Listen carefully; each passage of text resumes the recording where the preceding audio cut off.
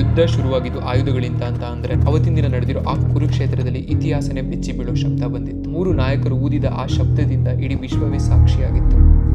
ಇಂದ್ರಿಯ ಜತ ಕೃಷ್ಣನ ಪಾಂಚಜನ್ಯರ ಆರ್ಭಟ, ಪಾಂಡವರ ಧಮನಿಗಳಲ್ಲಿ ಸಾಹಸ ಆರ್ಭಟ, ಅರ್ಜುನ ಧನಂಜಯನ ದೇವದತ್ತನ ಶಂಖನಾದ, ಅಧರ್ಮದ ಎದೆ ಸೀಳುವ ನ್ಯಾಯದ ಸಿಡಿಲು, ಭೀಮ ವೃಕೋದರ ಭೀಮನ ಪೌಂಡ್ರ ಗರ್ಜನೆ, ದಿಕ್ಕುಗಳನ್ನು ನಡಗಿಸುವ ಮಹಾಶಕ್ತಿಯ ಆರ್ಭಟ. ಅಧ್ಯಾಯ 1 ಅರ್ಜುನದ ವಿಷದ ಯೋಗ. ಶ್ಲೋಕ 15 ಶಂಖದ ನಾದದಿಂದ ನಡೀತಿದೆ. ಜನ್ಯಂ ಋಷಿಕೇಶಂ ದೇವದತ್ತಂ ಧನಂಜಯ ಪೌಂಡ್ರಂ ದದ್ಮೌ ಮಹಾಶಂಖಃ ಭೀಮ ಕರ್ಮ ವೃಕೋದರ. ಈ ಶ್ಲೋಕದಲ್ಲಿ ಏನ್ ನಡೀತಿದೆ ಅಂತ ಅಂದ್ರೆ ಋಷಿಕೇಶನು ಪಾಂಚಜನ್ಯರ ಊದಿದ ಕ್ಷಣ ಹೇಳ್ತಿದ್ದಾರೆ. ಅದು ಶಂಖನಾದನ ಅಲ್ಲ, ಶಾಂತಿ ಧೈರ್ಯ ಶಕ್ತಿಯ ಸಂಕೇತ. ಆ ಶಬ್ದ ಹೇಗಿತ್ತು ಅಂದ್ರೆ ಪ್ರತಿ ಎದೆ ಒಳಗಡೆನು ಸ್ಫೋಟವಾಗುವ ಶಬ್ದ ತರ ಇತ್ತು. ಅರ್ಜುನ ದೇವದತ್ತ ಊದಿದಾಗ ಅಂದ್ರೆ ಬಾಣಗಳಿಗೆ ಆದೇಶ ಬೇಕಿರಲಿಲ್ಲ, ಧರ್ಮನೇ ಯುದ್ಧಕ್ಕೆ ಹಿಡಿದಿತ್ತು. ಭೀಮ ಪೌಂಡ್ರ ಶಂಖ ಊದಿದ ಕ್ಷಣ ಇದು ಕೇವಲ ಶಂಖದ ಶಬ್ದ ಅಲ್ಲ, ಭೀಮ ಬಲದ ಗರ್ಜನೆ.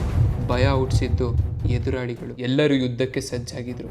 ಕೆಲವರು ಮನಸ್ಸಿನಲ್ಲೇ ಯುದ್ಧ ಶುರುವಾಗಿನ ಮುಂಚೆನೆ ಸೋತೋಗಿದ್ರು. ಭಯ, ಅನುಮಾನ, ನಡುಕ ಇವುಗಳೇ ಮೊದಲ ಶವಗಳು. Wait, I give you the clarity. ಯುದ್ಧ ಶಸ್ತ್ರಗಳಿಂದ ಆರಂಭವಾಗಿರಲಿಲ್ಲ, ಅದು ಮನಸ್ಸಿನಿಂದ ಶುರುವಾಗಿತ್ತು. ಜೀವನದಲ್ಲಿ ನಮ್ಮ ಸೈಲೆಂಟ್ ಸ್ಮೈಲೇ ಪಾಂಚಜನ್ಯ.